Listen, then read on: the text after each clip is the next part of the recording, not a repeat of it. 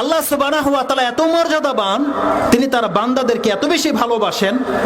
তার একটা অংশ এখানে আমি আপনার কাছে উল্লেখ করব, এটা আপনার অন্তরকে প্রশান্ত করে দেবে ইনশাআল্লাহুল আজিজ। আপনারা কি জানেন যে কাল কিয়ামতের মাঠে আল্লাহকে দেখতে পাবেন? জানেন? এই যে মাত্র অল্প কয়েকজন লোক জানেন। কয়জন লোক জানেন? একটু হাত তুলুন দেখে আল্লাহকে দেখতে পাবেন। দেখতে পাবেন? তা আল্লাহর তো আকারই নাই। সুবহানাল্লাহ। আমাদের আকীদা কিনা আমাদের সমাজে তারা বলে আল্লাহর আকারই নাই, তার মানে আল্লাহর কোনো গেটআপ, যেটা অস্তিত্ব, আল্লাহর সত্তাই নাই। আল্লাহ বলছেন হাওয়ার মতো, মানে কিছুই নাই। তাহলে যাদের এটা আকীদা তারা আল্লাহকে দেখতে পাবে? অথচ দেখেন তারা বুখারী, আচ্ছা হাদিসের কিতাবের মধ্যে সবচেয়ে শ্রেষ্ঠ কোন কিতাব? বুখারী আর মুসলিম। অথচ বিষয় বুখারী মুসলিমের মধ্যে হাদিস রয়েছে, রাসূল সাল্লাল্লাহু আলাইহি ওয়াসাল্লাম বলছেন তোমরা আল্লাহকে স্বচক্ষে, দিব্য চক্ষে, চাক্ষুষ সরাসরি দেখতে পাবে। তাহলে যারা বিশ্বাসী করেন আল্লাহর আকার নাই, তো তারা কি দেখবে? কাকে দেখবে? কিছুই দেখতে পাবে না। তাহলে আকীদা দেখেন, আমাদের কোরআন সুন্নাহ থেকে আমাদের আকীদার কোনো মিল নাই। আরে আল্লাহ দেখতে কেমন এটা আমি বয়ান করছি না আপনাকে। আল্লাহর হাত আছে না পা আছে, দেখতে কেমন ওটা বয়ান করার বিষয় নয়। বিষয় হচ্ছে আল্লাহ সুবহানাহু ওয়া তাআলা আছে কিনা। আর আল্লাহর রাসূল বলছে যে কাল কিয়ামতের মাঠে তোমরা আল্লাহকে নিজের চোখে চাক্ষুষ দেখতে পাবে। আপনি হাদিসের নাম্বার জানতে চান? কয়েকটা হাদিসের নাম্বার রয়েছে। আপনি মুসলিমের ঈমানের অধ্যায় খোলেন, তিনি অধ্যায়ে কায়েম করেছে যে আল্লাহকে দেখার অধ্যায়, মারিফাতু, আল্লাহকে দেখার মারিফতের জ্ঞান, এটা ঈমানের অধ্যায় 1 নম্বর অধ্যায়ের 81 নম্বর পর্ব এটা। তারপরে 84 নম্বর পর্বে চলে যান, যে মনজিল আদনা আহলিল জান্নাতি মানজিলাতান ফিহা, সর্বশেষ জান্নাতীর মর্যাদা কি হবে, এটা 84 নম্বর পর্বে। এক একটা হাদিস 2 পৃষ্ঠার, আপনি দেখেন সেখানে লেখা আছে।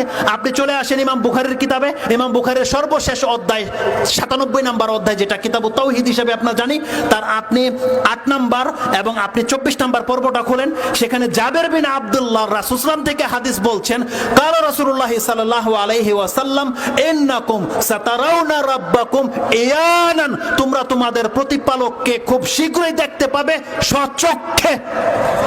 ইয়ানান বলা হয়েছে, এই আইন কালেমাকে জের দিয়ে পড়তে হবে, বলেছে ইয়ানান, স্বচক্ষে চাক্ষুষ দেখতে পাবে। যেভাবে আপনারা চাঁদ দেখতে পান স্পষ্ট, কোন রকমের ভ্রম হয় না, রাসূল সাল্লাল্লাহু আলাইহি ওয়াসাল্লাম বলছেন প্রত্যেকটা মুসলিম যদি ইসলাম নিয়ে মরতে পারে, সে পাপী হলেও আল্লাহকে স্বচক্ষে দেখতে পাবে।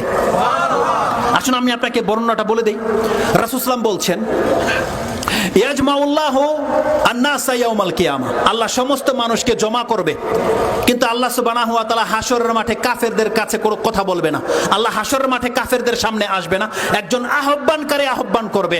ওয়া ইউআযযিনুল মুআযযিন, একটা ভাষা রয়েছে, ওয়া ইউনাদিল মুনাদি, একজন আহ্বানকারী আহ্বান দেবে, তারা বলবে মান কানা ইয়াবুদু শাইআন ফালিয়াত্তাবি, যে দুনিয়াতে যে যা কিছুর যার পূজা করেছো সে তার সাথে হয়ে যাও।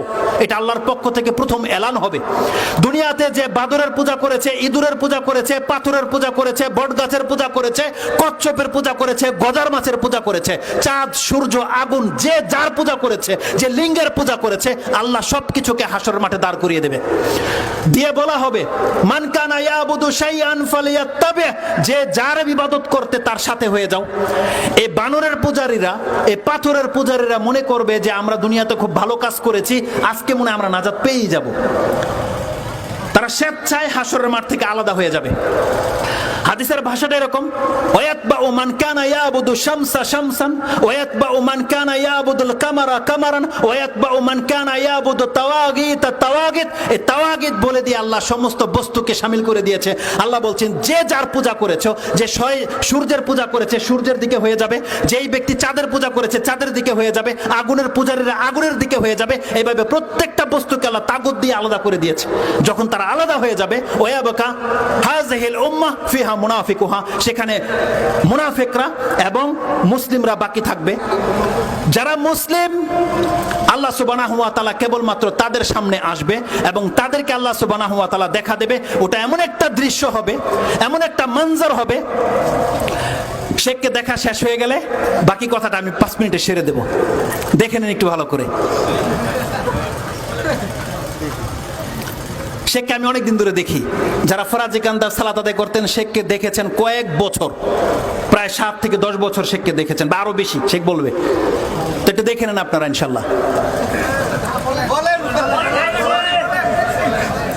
দেখা হয়ে গেছে। আমি আপনাকে আপনার রবকে দেখাতে চাচ্ছি, আপনারা শেখকে দেখে সন্তুষ্ট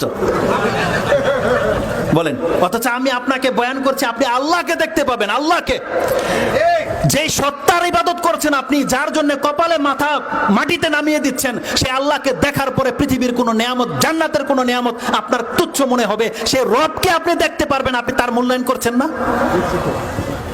আপনাকে আল্লাহ সুবহানাহু ওয়া তাআলাকে দেখতে চান? আপনি দেখতে চান যে সেই ব্যক্তি আপনি হন যারা প্রত্যেক মুমিন মুসলিম আল্লাহকে দেখতে পাবে সচক্ষে? এর জন্য আপনাকে কি করতে হবে? অন্তত পক্ষে আপনার ঈমানটাকে টিকিয়ে নিয়ে মরতে হবে।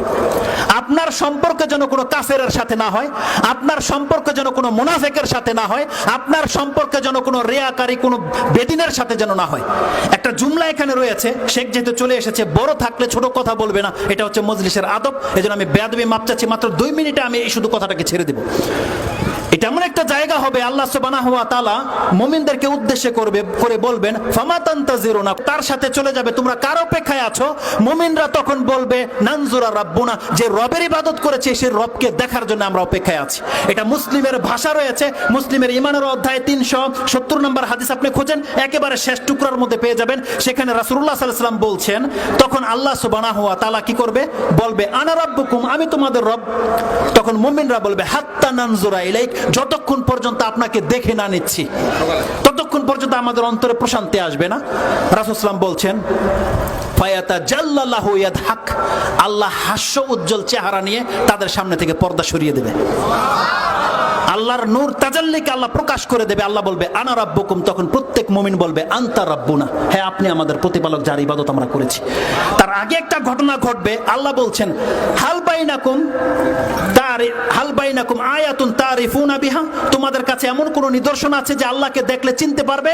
প্রত্যেক মুমিন বলবে হ্যাঁ আমরা দেখলে চিনতে পারবো। সেটা কি? আসাক, কারণ কোরআনে আল্লাহ বলছেন পায়ের গোছাকে উন্মুক্ত করে দেয়া হবে, সেটা আল্লাহ প্রকাশ করবে, এটা দেখলে আমরা চিনতে পারবো। সেই দিন আল্লাহ তার পায়ের গোছাকে উন্মুক্ত করে দিয়ে বলবে আমাকে সেজদা করো। রাসূল সাল্লাল্লাহু আলাইহি ওয়াসাল্লাম বলছেন ওয়ালা ইয়াবকা মান কানা ইয়াসজুদু লিল্লাহি মিন তিলকাই নাফসি ইল্লা আযিনাল্লাহু লাহু বিসসুজুদ। রাসূল সাল্লাল্লাহু আলাইহি ওয়াসাল্লাম বলছেন যারা দুনিয়াতে অন্তর থেকে আল্লাহকে সেজদা করেছে, কাল কিয়ামতের মাঠে আল্লাহর পায়ের গোছা বা পায়ের গোছা দেখে নেওয়ার পরে সবাই সেজদায় পড়ে যাবে, কেউ বাকি থাকবে না। আর যারা নামাজ পড়েছে আল্লাহর জন্য নয়, অন্যের জন্য, কারো ভয়ে, কোনো স্বার্থে, রাসূল সাল্লাল্লাহু আলাইহি ওয়াসাল্লাম বলছেন ইল্লা মান কানা ইয়াসজুদু মিন তিলকা মিন ইত্তিকাআন ওয়া রিয়াআন ইল্লা জাআলাল্লাহু যাহরাহু তাবাকাতান ওয়াহিদা, আল্লাহ তার পিঠটাকে একটা লাঠির মতো শক্ত করে দেবে। অন্য বর্ণনায় গরুর পিঠের মতন কথা আছে। যখনই সে চাইবে ইজা আরাদা আইয়াসজুদু খাররা আলা কাফা, রাসূল সাল্লাল্লাহু আলাইহি ওয়াসাল্লাম বলছেন যখনই সে সিজদা করতে চাইবে তখনই সে উপর হয়ে পড়ে যাবে। সেই দিন ফয়সালা হয়ে যাবে কে আল্লাহর বান্দা, কে আল্লাহর বান্দা নয়। এজন্য যারা সালাত আদায় করেন না তারা দুনিয়া থেকে সতর্ক হয়ে যান। দেখেন আমি আবারও বলছি, আপনার পাপকে আল্লাহ মাফ করে দেবে, কিন্তু আপনি আল্লাহর বান্দা হয়ে কাল কিয়ামতের দিন উঠেন, আপনি পাপে হলেও আল্লাহকে আপনি দেখতে পাবেন। এটা হচ্ছে আপনার জন্য মেসেজ, যে মেসেজটা আমাদের শেখরা আমাদেরকে বারবার দিয়েছে। আমি জানতাম না, বাংলার জমিনে কখনো শুনিনি যে বেনামাজি মুসলমান নয়। এই কথা আমাকে শুনতে হয়েছে সৌদি আরব গিয়ে। না, আমার মতন ব্যক্তি নামাজ পড়তো না। কে জানে, কে চায় কষ্ট করে নামাজ পড়তে? বলেন। যখন আমি জানছি যে আমি পাপী হলো আল্লাহ আমাকে মাফ করবে, আমি মুসলিম সেজন্য আল্লাহ আমাকে মাফ করবে, কিন্তু কোনো বেনামাজিকে আল্লাহ মাফ করবে না, সে মুসলমানদের কাতারেই পড়ে না, সেদিন থেকে আমি নামাজ ধরে নিয়েছি। আলহামদুলিল্লাহ, এখন পর্যন্ত ছুটেনি। আল্লাহর কাছে দোয়া, আল্লাহ যেন কিয়ামত পর্যন্ত নামাজি হয়ে তাকে সেজদা করে যেন আমরা মরতে পারি, আমরা আল্লাহর কাছে এই দোয়া করি। সুবহান রাব্বিকা রাব্বিল ইজ্জাতি আম্মা ইয়াসিফুন ওয়া সালামুন আলাল মুরসালিন আলহামদুলিল্লাহি রাব্বিল আলামিন। আসসালামু আলাইকুম।